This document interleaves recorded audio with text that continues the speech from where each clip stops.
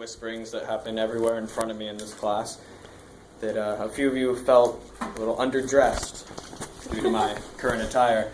I just wanted to say I'm not wearing this to make you all feel inadequate. I'm wearing it because I want you to take me seriously. Because not often, but for this particular instance, I am going to take you seriously. And I hope it goes well. So the title of my speech is Tramp Stamp. You can like it weird. You can have your fuzzy cuffs, your banana-flavored condoms, your crooked pictures, your thing for feet. Vibrators and bondage and every fetish of porn crammed into any medium, anywhere, selling us everything that only serves to starve our sexuality further. MILF, GILF, Prego, and plenty of it. You can like it weird, but you cannot like it. You cannot like sex. Now, you can say that you like it, that is all right. But you cannot fight for it. Don't pursue that basic human instinct. And that's all that it really is. Human. However, in the world that we live in today, to indulge our humanity through sex is to lower the worth of our lives and to broadcast a weakness in our character. Though it is merely a familiar flavor in the words that we breathe in from day to day, sex is regarded in the most judicial, the most disgusted, shaming way. And the way that we treat the individuals around us who behave sexually is a gross overstep of our boundaries. Now, sexuality is our nature, it is our right, and it may be more essential to us than many realize. In the famous words of Woody Allen, I don't know the question, but sex is definitely the answer. Now, sex is awesome. It immunizes the blood. It relieves stress. It's not a bad way to pass the time. But you all know this. None of you are idiots. You understand sex. Well, most of you anyways. And, by that logic, someone who has an abundance of awesome is awesome. But we all know that this is not the case. Now, I'm willing to bet that everyone in this room has felt and expressed animosity towards someone simply for having sex or behaving sexually. I have. I do it all the time, in fact. It is a very difficult judgment to keep in check. But we must, if we intend to cling to this moral attitude, learn to set aside our judgment and our jealousy and forsake these silly reservations. And if, like me, you harbor no morality whatsoever, you must still learn, because we owe it to ourselves. Now, when your stomach lets you know that you are hungry, you eat. When your head tells you that you are sleepy, you hit the sack. But when your unmentionables say, sex, you tell it to shut the hell up. Now, there's a time and a place, I understand. But that is true for all of the above. And throughout history, sex has been treated as a vow. Something permanently binding.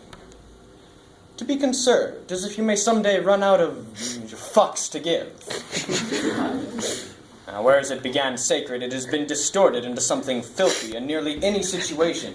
And, as it is in our social standards, sex would only occur between two vanilla, wealthy, white, married people in a sanitary, kosher, unilluminated room. Nobody would ever know, and they'd best be ready to have a kid.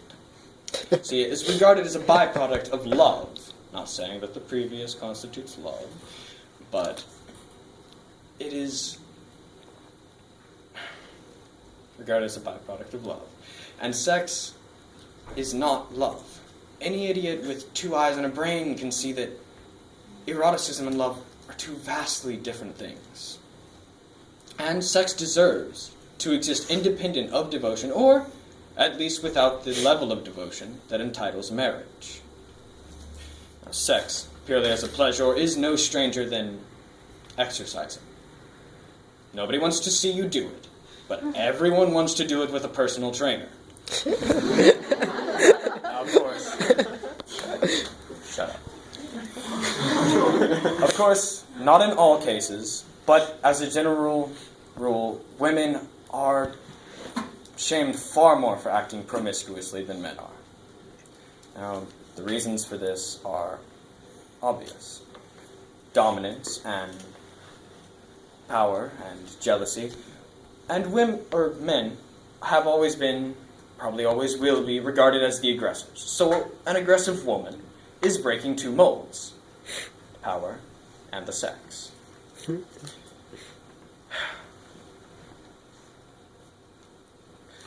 But though women are often shamed more than men, there is a trade-off. As it is, society only grants us two sexual identities: demonization and sexualization. Now, demonization I've talked a little about. Labels, judgments, things that render one unrespected, demoralized, socially oppressed. But sexualization I have yet to touch on. And that is an important distinction for me to make, because I may just as easily be advocating it. No. To be sexual is to be honest with your body, but to be sexualized is to be objectified for your body. Now, possibly more often than we are shamed for having sex, we are coerced into believing that we or those around us are sexual objects. Again, a huge problem for women, as it often leads to rape, abuse, deep-rooted low self-esteem. Women are brought up their entire lives to prepare to be in relationships. From makeup to fashion to beauty standards, one is hard-pressed to find any female-oriented entertainment that does not revolve around the need for a relationship. However, and sports are no exception. See, women in sports are often still expected to look beautiful or to act feminine while they are playing. And I know I just spent the last few minutes saying that sex is a natural, central part of us, but too much of anything is a poison. And women are not the only victims. See, men are, and I say arguably, sexualized more than women. Because men are given this pressure from the time that they can speak to the time that they die to be having sex and to be desired their entire lives. It does not let up, not when they die, not when they are married, when they are far past their prime. Even cheating is pressed, though subtly. And if you don't have so much sex and so much time, you aren't really a man. And sure, these things are easy enough to ignore on the surface, but slow and steady wins the race. And for just a moment, I'd like to stop and poll anyone in the room, not just men, women, bisexuals, hermaphrodites, just anyone who's felt sexually inadequate in their lives before. Please raise your hand. Yeah, see, I know that's not true. There's too many ugly ones out there. Ouch. Now, we are either evil and grotesque because we have too much sex, or we are pathetic and grotesque because we do not have enough. The middle ground hardly exists at all. But this absurdity only festers because we have such a capacity to be so competent and so complacent at the same time. Now, everyone is made uncomfortable by other people's sex, unless you really do like it weird. And that is how it should be. But as a culture, if we were able to simply grow up for a moment and realize that constructing a cage of a paradox around our social standards in order to cope with desiring sex but not acknowledging it, then perhaps we would take a step forward in becoming a nation who can, at least remotely, understand and accept one another.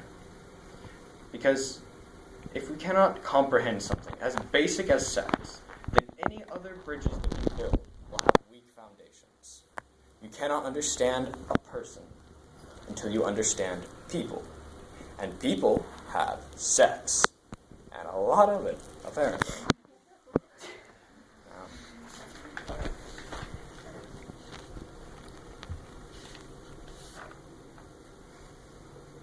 Oh yeah.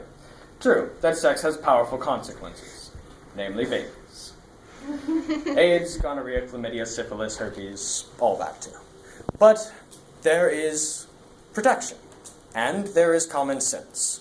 And I here am advocating for casual sex, not for idiots.